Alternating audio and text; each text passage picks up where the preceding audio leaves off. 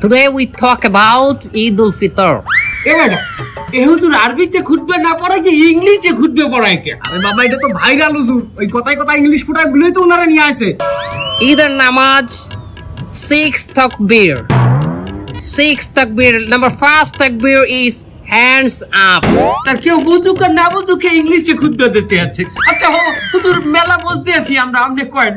সম্মানিত ভিউয়ার্স, আপনারা যারা আমার এই বয়ানটি আমার এই লাইভের মাধ্যমে দেখতেছেন তারা অবশ্যই আমার চ্যানেলটি সাবস্ক্রাইব করবেন।